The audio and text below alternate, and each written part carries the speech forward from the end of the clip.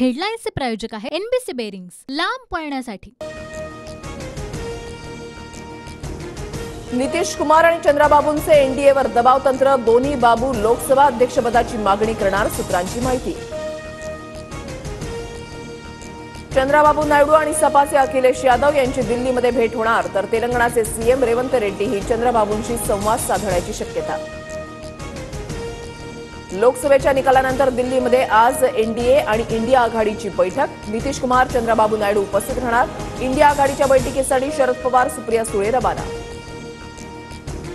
नितीश कुमार आणि तेजस्वी यादव दिल्लीला एकाच विमानानं जाणार, नितीश कुमार एनडीए तर तेजस्वी यादव इंडिया आघाडीच्या बैठकीमध्ये जाणार।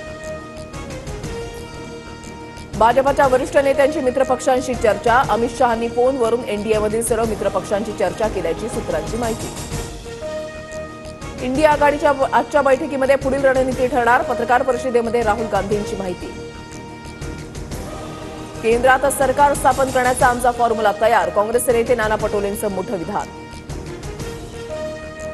दोन बाबूंवरचं सरकार कधीही पडेल, नितीन कुमार आणि चंद्राबाबू मोदींसोबत जातील असं वाटत नाही, राऊतांचं वक्तव्य।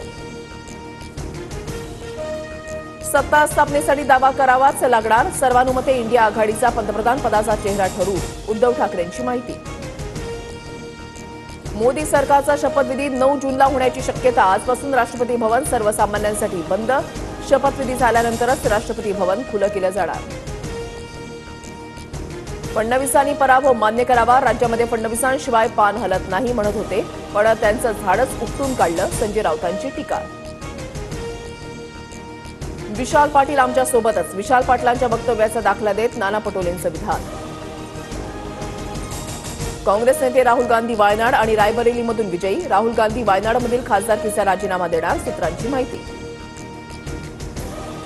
उत्तर पश्चिम मुंबईमध्ये झालेल्या फेरमतमोजणीमध्ये शिंदे गटाचे रवींद्र वायकर अवघ्या 48 मतांनी विजयी, मतमोजणीमध्ये गडबड झाल्याचा ठाकरेंचा आरोप, उद्धव ठाकरे निकालाला आव्हान देणार। माहितीमधील काहींचं कामकाज नांदा सौख्य भरेला शोभणारं नव्हतं, दगाफटका दिलेल्यांना त्याचा प्रत्यय आणून दिला जाईल, विजयानंतर नारायण राणेंचं मोठं विधान।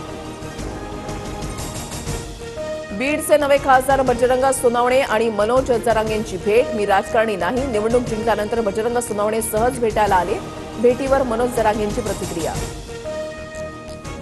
अंतरवाली सराटीवरून बीडकडे येताना सोलापूर धुळे मार्गावर बजरंग सोनवणेंच्या ताफ्यातील गाडीचा अपघात, सोनवणेंना दुखापत नाही, 2 जण किरकोळ जखमी।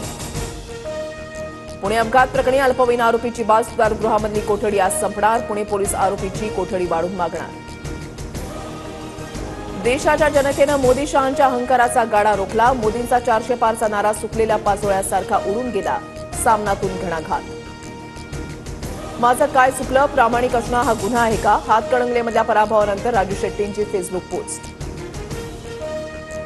कल्याण डोंबिवलीचा पाणी पुरवठा उद्या बंद, जलशुद्धीकरण केंद्रामध्ये देखभाल दुरुस्तीची कामं करणार, नागरिकांनी पाणी जपून वापरण्याचं आवाहन।